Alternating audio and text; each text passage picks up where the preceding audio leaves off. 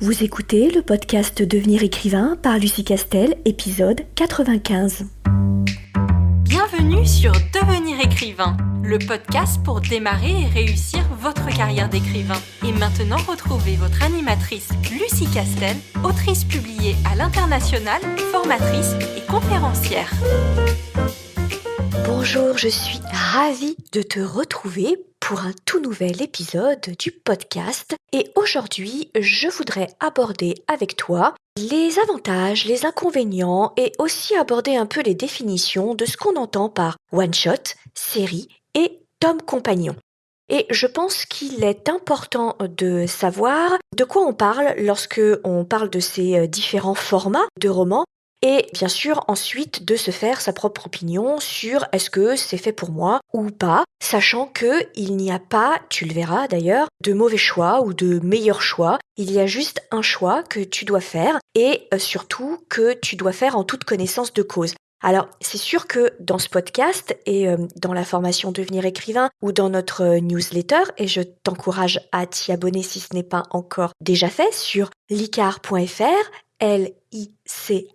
LICARES.fr, mais je dis souvent qu'il n'y a pas de bon ou de mauvais choix, ce qui est vrai en fait, sauf en matière de syntaxe par exemple ou d'orthographe, où là il y a des règles qui sont gravées dans le marbre et contre lesquelles il est très difficile d'aller évidemment, mais pour tout le reste, l'écriture reste quand même une production de l'esprit, une œuvre artistique, et il n'y a pas de mauvais choix, c'est juste qu'à un moment il y a un choix artistique qui est fait et qui doit être assumé par l'auteur, et surtout celui-ci doit faire ce choix de façon totalement éclairée. Et donc mon travail, et pas que, mais la mission de ce podcast et la mission de mes masterclass ou de la formation, c'est de faire en sorte de te donner toutes les options possibles, de t'expliquer les avantages et les inconvénients de chaque option, mais clairement, en matière de littérature et d'écriture, si tu attends des réponses très tranchées du type « ça marche à tous les coups, ça ne marche jamais, ça c'est comme ça qu'il faut faire et tout va bien se passer et tout va rouler »,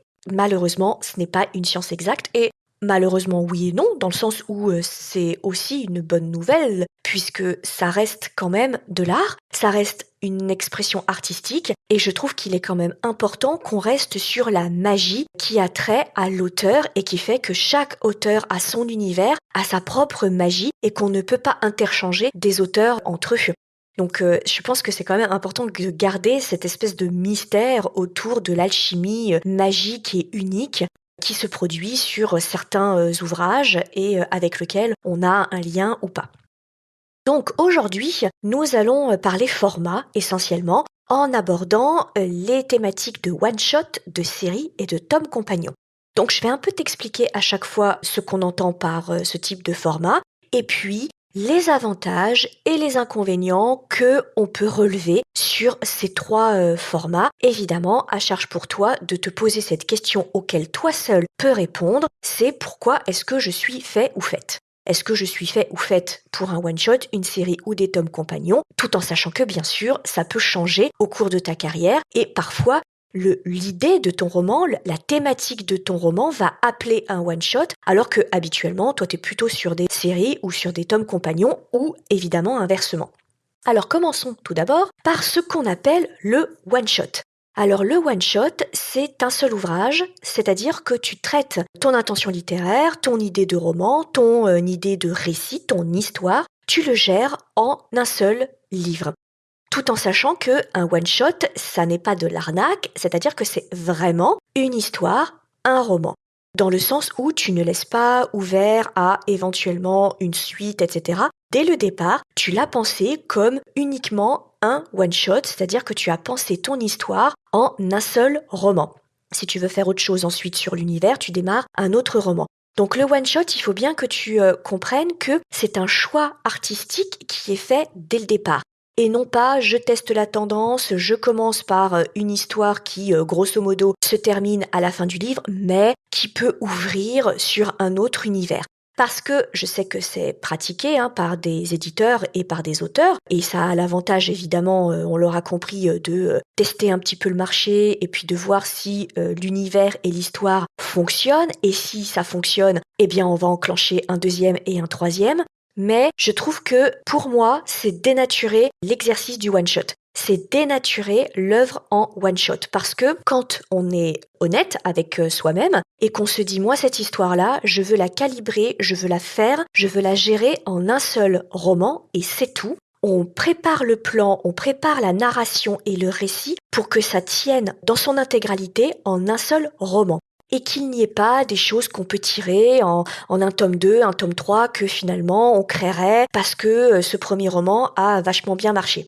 Encore une fois, si on le gère vraiment comme un one-shot, on écrira cette histoire d'une façon tout à fait particulière qui ne serait pas la même que, par exemple, si on se dit « je me laisse quand même une porte ouverte, si jamais ce premier opus fonctionne, je pourrais enclencher les autres, et puis si jamais il ne fonctionne pas à la hauteur de mes espérances ou de celles de l'éditeur, je pourrais arrêter là sans que le lecteur se sente complètement arnaqué parce qu'il aura quand même une fin. » Eh bien, même quand on se fait ce raisonnement-là, on pense déjà à éventuellement une porte qu'on va laisser ouverte. Et comme on pense déjà à éventuellement une porte, une piste qu'on laisse ouverte, on n'écrit pas l'action, on n'écrit pas le récit totalement de la même façon que lorsqu'on se dit, pour cette histoire, je vais utiliser 90 000 mots. Voilà. Et ce sera fait en 90 000 mots et pas en plus. Donc, je vais resserrer l'intrigue, je vais resserrer les différentes pistes, etc. pour que tout se tienne en 90 000 mots ou 100 000 mots ou 70 000 mots, après, peu importe. Et ça n'est pas du tout le même exercice intellectuel. Donc, moi, je ne suis pas du tout, pour le coup, là, pour le mélange des genres. Et ça me fait penser un peu à ce que fait aussi, au niveau du cinéma, c'est un peu l'équivalent. Quand on a un premier film qui a vraiment super bien marché, on a laissé une pauvre porte ouverte, mais quelque chose de très tiré par les cheveux, parce qu'on n'était pas sûr, et puis il s'avère que le premier film marche du feu de Dieu, et dans la foulée, on en fait un deuxième. Sauf que le deuxième est complètement insipide et est raccroché au premier de façon complètement ubuesque. Alors j'ai des exemples comme ça de suites complètement loupées, et complètement loupées dans le sens où on sent qu'on s'engouffre dans la brèche. C'est-à-dire que le premier a marché, on n'était pas sûr, on a fait en sorte de ne pas prendre de risques, mais alors comme il marche, au lieu d'inventer autre chose et de repartir à zéro, quand même un peu, eh bien on tire sur la corde et on va tabler sur le fandom du premier opus. Et là, je pense à un film que j'avais beaucoup aimé, dont le premier était extraordinaire parce qu'il avait été pensé en un seul film. C'est le film Now You See Me, qui est donc un film qui porte sur la magie, les magiciens, etc., et qui comporte un cliff incroyable à la fin du film. C'est un film qui est basé sur un retournement complet de situations, des faux-semblants, etc., sur une intrigue liée au milieu des magiciens avec sur fond une société secrète, donc tous les éléments qui fonctionnent très très bien, qui sont classiques, mais qui fonctionnent très bien, et avec un retournement de situation à la fin du film très très bien mené. Et ce film a cartonné au cinéma. Résultat des courses, ils se sont empressés d'en faire un deuxième. Sauf que, on le sent dès les premières minutes du deuxième opus, l'histoire n'a pas du tout été pensée à l'origine pour être un diptyque. Mais alors, pas du tout. Et du coup, ils se mettent à retourner le premier retournement de situation qui était juste parfait comme il était dans le premier, et qui là, en le retournant une deuxième fois, prend littéralement le spectateur pour un gros imbécile, en lui disant « Ah la première révélation, le premier cliff dans le premier film que tu trouvais juste incroyable et génialissime, mais en fait non, en fait tu te trompais, c'était pas du tout ça. » Sauf que ça marche. Je te renvoie à mon précédent épisode de podcast sur le polar, qui est l'apanage des livres avec des révélations. Ce type de révélation fonctionne si au moment où le lecteur ou le spectateur prend conscience de cette révélation, ça fait écho à une réalité et ça lui paraît logique. Quand le cliff il est énorme mais qu'il ne repose sur absolument aucune logique, que le lecteur ou le spectateur ne raccroche pas et n'a pas eu la possibilité de raccrocher avec des indices précédents, qu'est-ce qui se produit ? Eh bien, le lecteur ou le spectateur a cette désagréable sensation de s'être fait arnaquer et de s'être fait pris pour un imbécile. Et ça, il faut vraiment l'éviter. Or, ça se produit lorsque on tire un récit, on tire une histoire qui était faite en un film ou en un seul livre, en one-shot, et que comme ça a beaucoup marché, eh bien on tord un peu l'intrigue de base qui avait été pensée pour se terminer complètement en un seul livre, eh bien on va la tordre un peu on va la dénaturer, sauf que bien sûr, on n'a pas mis tous les indices pour expliquer cette dénaturation, on les a pas mis dans le livre précédent, et pour la raison qu'on n'avait pas du tout pensé qu'on allait en faire un deuxième. Donc comme là on rajoute un deuxième, on se met à tordre l'histoire et à rajouter des indices artificiels qu'on n'avait évidemment pas mis lors du premier livre. Alors forcément, le lecteur qui a un petit peu l'habitude de lire, évidemment, il est lecteur, ou le spectateur, on nous la fait pas. Et on se dit, oui, enfin, ça va chercher un petit peu loin. Donc c'est la raison pour laquelle vraiment, et bien sûr ça n'engage que moi, mais j'ai quand même beaucoup d'éditeurs qui pensent la même chose, il faut vraiment éviter de changer d'avis en cours de route. Et donc quand on réfléchit à une histoire, il faut dès le départ la penser en un one-shot ou alors en tome compagnon ou en série. Quand on commence à mélanger les genres, il y a forcément un moment, le raccord va être artificiel, illogique et ça va se voir. Et ça va être très très compliqué de ne pas le relever. Donc, pour ce qui est d'une one-shot, l'avantage, c'est que c'est très facile à placer auprès d'un éditeur. C'est certain parce que le risque qu'il va prendre est limité puisque c'est uniquement un seul livre. Donc, si jamais il ne marche pas, il n'anacra pas son lectorat en lui disant « Ah, bah finalement, il était prévu en 3 tomes, mais comme le tome 1 n'a pas marché, je ne vais pas sortir le tome 2 et le tome 3. » Parce que, évidemment, c'est très mal perçu par le lectorat, celui qui aura acheté le tome 1 et qui va se retrouver avec une histoire qui finit en bouillon de courge parce que cette histoire était prévue en 3 tomes. Donc, c'est la raison pour laquelle, surtout pour un auteur qui n'a pas d'antécédent de vente, c'est facile pour un éditeur de prendre et de signer sur un one-shot parce qu'il se dit on va prendre la température, si ce one-shot fonctionne plutôt bien, alors je signerai d'autres romans de la part de cet auteur, c'est que sa plume a rencontré mon lectorat et que du coup ça fonctionne plutôt bien. Donc ça fait moins peur, si je peux dire, à l'éditeur qui, ne l'oublie jamais, est un chef d'entreprise et lui, il est toujours en train de calculer risque-bénéfice. Et du coup, il fait le ratio entre le risque et le bénéfice et il est en train de calculer en se disant bon bah si je pars pour quelque chose de très gros, par exemple une série en 4 tomes, c'est un gros risque que je prends parce que bien sûr je vais verser des avaloirs en rapport avec les 4 tomes, évidemment, et que si je commence à publier la série, ce sera très mal vu si je l'arrête en cours de route. N'empêche que je n'ai aucun moyen de savoir si la série va prendre auprès de mon lectorat et si déjà le tome 1 va prendre. Et si jamais il ne prend pas, bon, qu'est-ce que je fais avec le reste ? Donc, évidemment que le premier avantage, c'est ça, c'est que c'est très facile à placer auprès d'un éditeur, ça c'est certain. Peut-être l'inconvénient, si je peux donner un inconvénient, bien que, encore une fois, il n'y a pas de solution miracle, il y a juste des choix qui sont faits, c'est que c'est un peu plus difficile sur un one-shot de fidéliser un lectorat. Pourquoi ? Parce que quand on est auteur de one-shot et qu'on sort de nouveaux romans, comme ils ne sont pas liés les uns avec les autres, puisque ce sont par définition des one-shots, c'est pas qu'on redémarre à chaque fois de zéro, mais quand même un peu. C'est-à-dire que le lecteur qui a adoré un livre ne va pas forcément adhérer à la couverture et à la 4e de couverture d'un autre roman que je vais sortir. Parce que l'idée, évidemment, quand on est plutôt auteur de one-shot, c'est de se renouveler d'un roman à l'autre et évidemment de ne pas reproduire exactement le récit ou les plots principaux du roman précédent parce que celui-ci a super bien marché et que donc nous aussi on est un peu accro à la gloire et à la réussite, parce que aussi on vit de notre plume évidemment, donc tant qu'à faire on veut qu'il se vende le roman, sauf que si on fait des romans qui ont tendance à se ressembler les uns les autres, comme ce sont censés être des one-shots, donc qui n'ont rien à voir les uns avec les autres, on va finir par remarquer qu'on applique un peu toujours la même recette. Et parfois, c'est ce qui est un peu reproché à certains auteurs. Je pense notamment à Harlan Coben. Pour ceux qui sont très fans de Harlan Coben, on voit vite, on vérifie vite son schéma. Il a toujours le même schéma sur ses histoires. Alors, bien sûr que pour remarquer ce schéma, il faut être très grand lecteur d'Harlan Coben, il faut être vraiment fan, mais du coup, comme on comprend vite sa recette interne, si je peux dire, du coup, au niveau du suspense, et comme il est sur du thriller, évidemment, il est sur du suspense, il faut à un moment lâcher un peu prise sur Harlan Coben et faire un peu une pause avant de reprendre sa lecture. Après, ça n'enlève rien au fait qu'il soit d'une redoutable efficacité, mais on peut reprocher ça plus facilement à des auteurs de one-shot que à des auteurs de séries ou de tomes compagnons, puisque par définition, la série c'est sur le même univers et la même ambiance, donc évidemment qu'on fait la même chose d'un tome à l'autre. Sur les tomes compagnons, c'est un peu plus discret, mais n'empêche qu'on tourne autour du même univers. Donc on pourra difficilement reprocher à l'auteur de toujours écrire un peu la même histoire.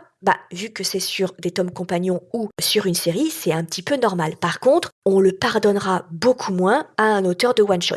C'est un peu la problématique, donc ça oblige les auteurs de one-shot à faire très attention à ne pas trop rendre visibles les recettes qui ont eu tendance à fonctionner sur les romans précédents. Et je dis ça vraiment en toute connaissance de cause parce que moi, profondément, je suis un auteur de one-shot. J'ai horreur des séries. Et alors, j'ai horreur d'en lire et j'ai horreur d'en écrire, en fait. Vraiment, je ne suis absolument pas faite pour les séries, un petit peu plus pour les tomes compagnons. Je peux apprécier de les lire, et encore, mais moi, je suis très très fan du style one-shot. Donc, je peux parler de l'inconvénient du one-shot vraiment en toute connaissance de cause et aussi un peu de la série puisque j'ai quand même écrit une série de tomes compagnons. Voilà, je sais un petit peu ce que je préfère et ce que je ne préfère pas. Et c'est très intéressant du coup de discuter avec des auteurs qui au contraire, eux, sont des fans de tomes compagnons ou des séries. C'est intéressant de confronter nos sensibilités un petit peu différentes. Alors, passons maintenant à ce qu'on appelle les tomes compagnons. Alors les tomes compagnons, c'est un petit peu la passerelle entre le one-shot et la série. En gros, chaque roman se termine dans le roman. C'est-à-dire que c'est comme un one-shot. C'est-à-dire qu'on pense la narration, on pense l'intrigue et le récit en un seul roman. Donc, le récit se termine sur le roman.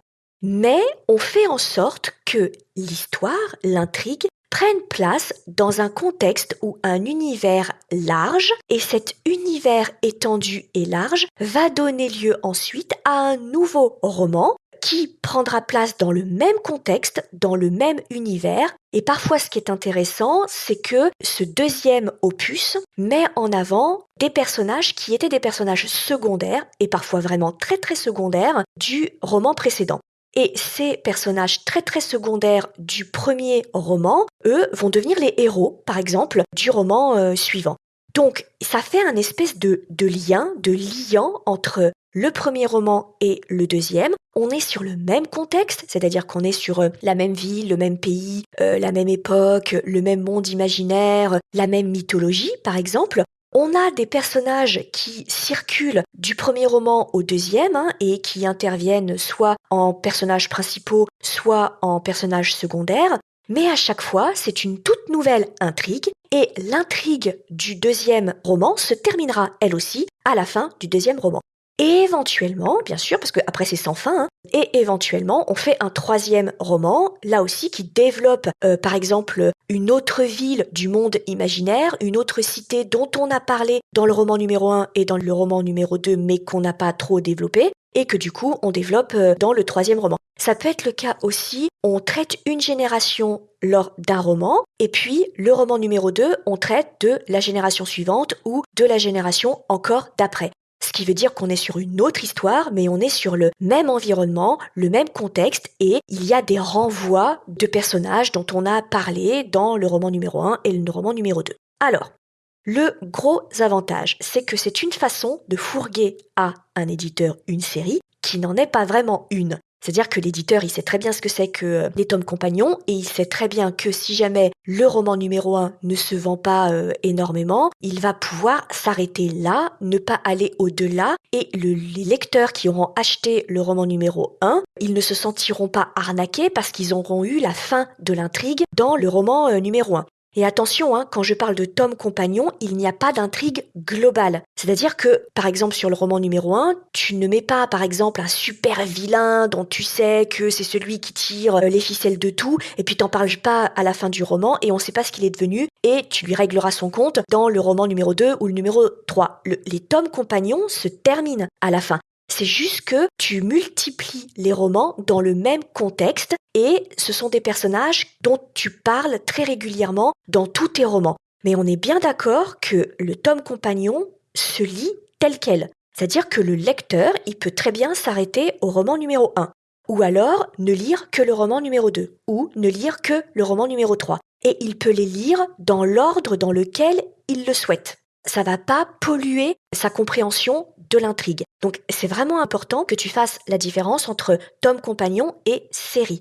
Le tome compagnon, on peut s'arrêter de lire à partir du tome numéro 1. C'est-à-dire que, en gros, si tu as des tomes compagnons et que tu as 10 volumes, que tu as 10 romans, on pourrait les lire dans l'ordre dans lequel on le veut, du coup sans que ça gêne la lecture, et on pourrait par exemple n'en lire que 2 ou n'en lire que 3 au milieu, peu importe. Et encore une fois, ça ne gêne pas, ça ne doit pas gêner la lecture. Et le lecteur ne doit pas avoir l'impression qu'il lui manque quelque chose pour pleinement comprendre l'intrigue du roman qu'il est en train de lire. Donc ça, c'est très très important de le comprendre. Par exemple, lorsque tu lis un Miss Marple ou un Hercule Poirot, tu peux les lire dans l'ordre si ça te fait plaisir, mais si jamais tu n'as pas envie de les lire dans l'ordre ou que finalement tu as envie d'en lire un et pas de les lire tous, ça ne gêne pas ta compréhension du roman et de l'intrigue au moment où tu lis.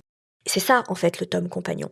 Autre avantage, c'est que c'est une façon pour toi aussi de fidéliser ton lectorat. Parce que, encore une fois, même si le lectorat, il termine l'intrigue et le récit en un seul livre, s'il a aimé l'univers, par exemple, ou s'il a aimé toute la galerie de personnages, il va apprécier de les retrouver, même de façon ponctuelle et de façon secondaire, parce que tu vas développer d'autres personnages, évidemment. Il va apprécier de suivre et de retrouver cet univers-là, ce monde-là, et de revoir certains personnages, ou au contraire, de voir ce qu'il advient de personnages secondaires qu'il a rencontrés dans le tome 1, par exemple, et comme ce sont les héros du tome 2, il va apprécier de dire « Ah bah tiens, ces personnages secondaires qu'on n'a pas trop vus, j'aimerais bien voir ce qu'ils vont devenir dans un tome complet ».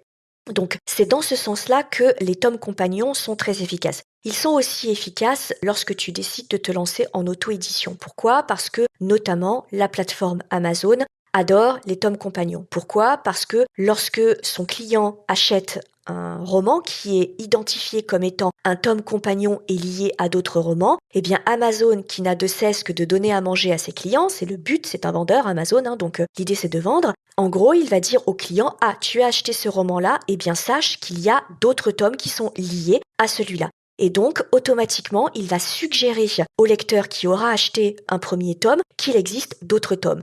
Donc Amazon fait ton travail de publicité, si je peux dire, et de lui-même propose aux clients ayant acheté un volume d'une série de tomes compagnons qu'il existe d'autres tomes compagnons. Donc c'est très efficace lorsque tu es en auto-édition, et puis aussi parce que chaque fois que tu vas sortir un nouveau roman, ça va te permettre de rappeler au lecteur « Ah, au fait, si tu as aimé ce roman et cet univers, sache qu'il existe des tomes précédents qui traitent d'autres histoires, mais les autres histoires sont sur le même univers avec des personnages dont tu as un petit peu entendu parler, du moins de façon indirecte, etc. Donc si tu as aimé cette ambiance-là dans ce livre-là, tu peux adorer les précédents opus. Donc ça te permet évidemment de réactiver ce qu'on appelle la backlist lorsque tu es en auto-édition. Donc c'est plutôt une technique qui est efficace sur les tomes compagnons. Alors moi typiquement j'en ai écrit une série puisque mes polars sont ce qu'on appelle des tomes compagnons. C'est-à-dire que tu suis un duo d'enquêteurs. Alors tu peux lire les livres dans l'ordre dans lequel tu veux. Tu peux en lire 1, 2 ou 3. Mais c'est sur un contexte global avec 2 personnages qui sont récurrents et des personnages secondaires qui sont récurrents, même si à chaque fois c'est un nouvel univers, c'est une nouvelle intrigue, de nouveaux personnages, etc., etc. Donc typiquement c'est très très efficace les tomes compagnons. Mais attention, autant on est bien d'accord que quand tu es sur du one shot, tu penses ton intrigue en one shot et que c'est pas la peine après de torturer cette intrigue pour en faire un tome 2 et un tome 3 parce que ça a marché. Les tomes compagnons, c'est pareil dans le sens où tu dois penser dès le départ en tomes compagnons pour que ton univers soit suffisamment riche et dense pour supporter plusieurs opus qui viendraient s'imbriquer dans cet univers. Et puis enfin, parlons de la série. Alors la série, la différence avec les tomes compagnons, c'est que lorsque tu penses la série, il faut que tu aies une intrigue globale, que tu fasses évidemment des micro-intrigues.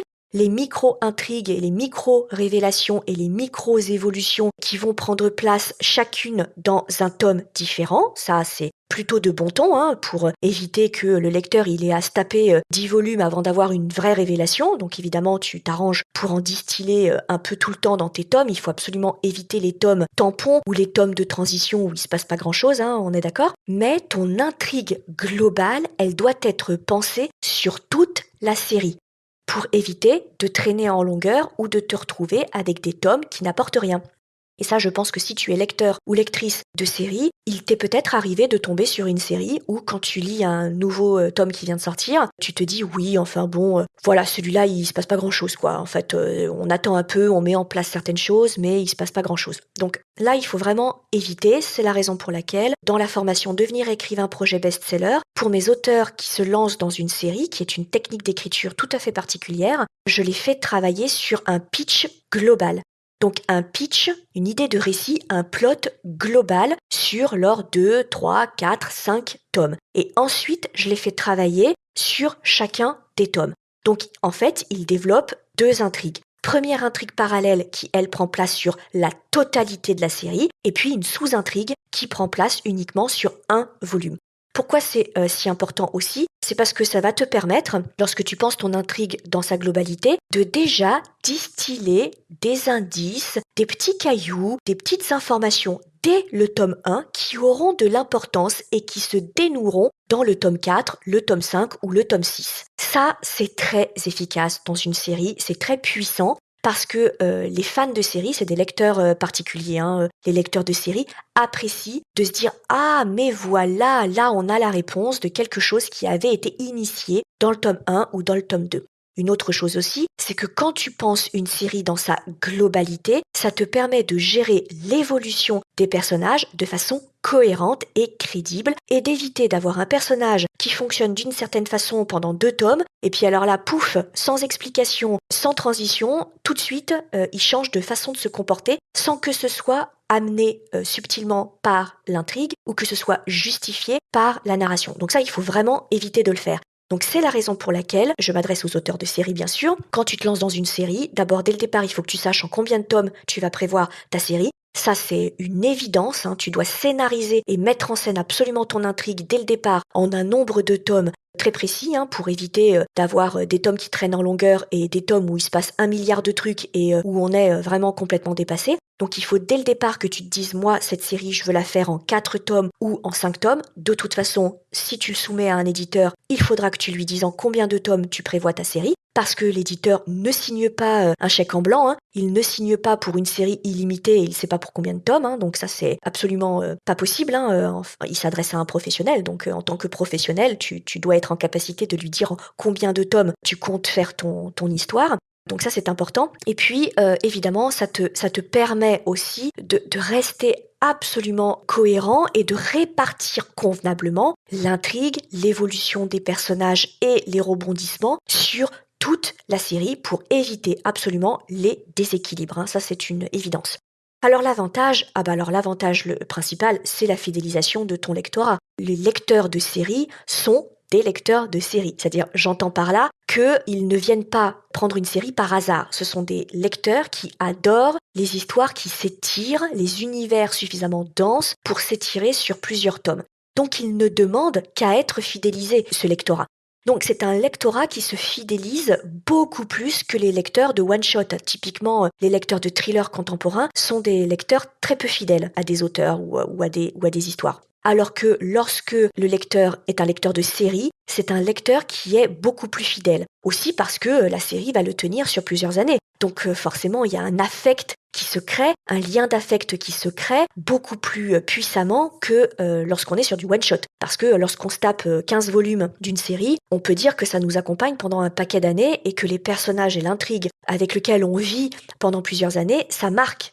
Je pense notamment aux lecteurs de Harry Potter, par exemple. Moi, j'ai des amis qui ont été vraiment très très très fans de Harry Potter, et c'est une œuvre qui les a marqués, parce que c'est une œuvre qui les a accompagnés pendant des années. Donc même si maintenant ils ne relisent plus Harry Potter, ils sont passés clairement à autre chose, ça reste pour eux un moment important de leur développement ou de leur année, une période très particulière qu'ils associent à la mythologie de Harry Potter, tout comme ceux qui étaient fans de Game of Thrones, etc.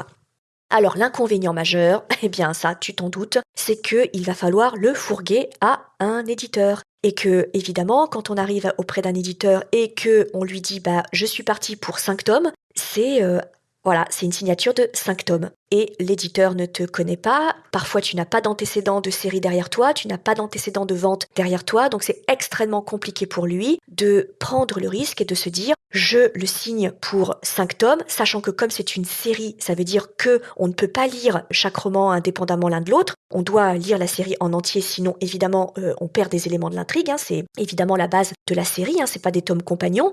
Donc, je prends le risque de fâcher le lectorat qui a suivi les premiers tomes. Et puis, comme ça ne marche absolument pas, je ne vais pas continuer à lui publier ces tomes. Et ce lectorat-là, je risque de le braquer. Donc, c'est plus compliqué à fourguer, ça, c'est certain. J'attire aussi ton attention sur le fait, parce qu'on m'a posé une question il n'y a pas très longtemps à l'ICAR, et on m'a demandé comment pitcher alors une série qui se déroulait sur 27 tomes.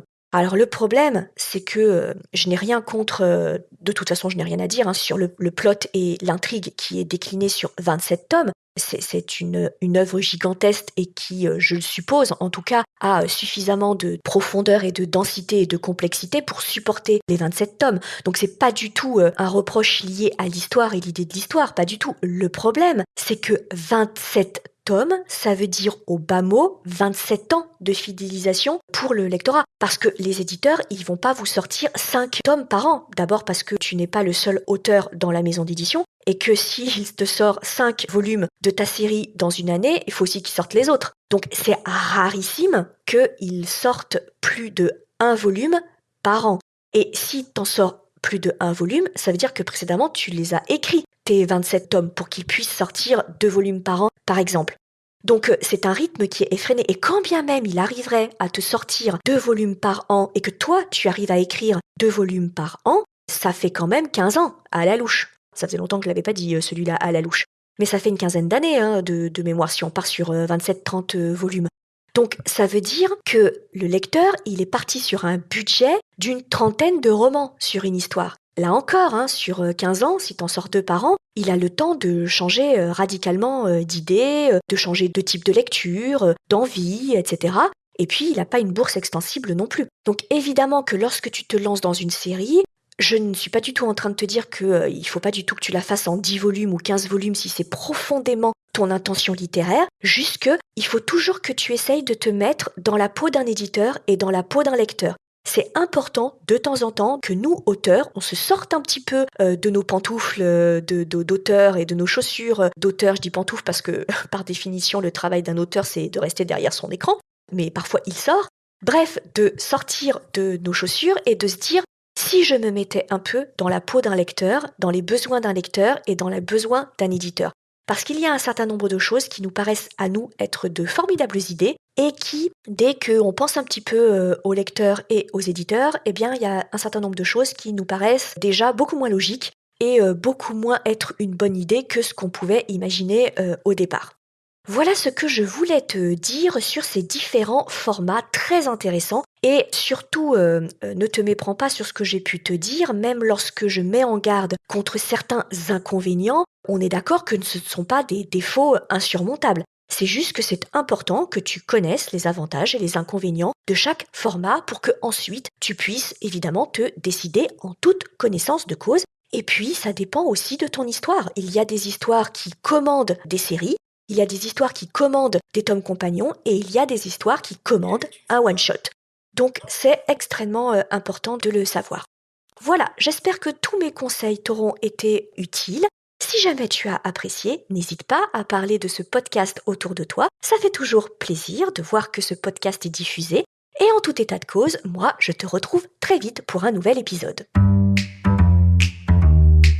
Si tu veux écrire un roman qui aura les qualités recherchées par les éditeurs et par les lecteurs, tu dois rejoindre Devenir écrivain projet best-seller. C'est la formation à distance la plus complète et la plus personnalisée pour t'aider à aller au bout de ton projet de roman. Rejoins sans plus tarder mon équipe de professionnels du monde du livre et moi-même sur licares.fr, licares.fr. Beaucoup de nos anciens élèves sont en train de réaliser leur rêve de professionnalisation et de publication. Il n'y a aucune raison pour que ça ne t'arrive pas à toi.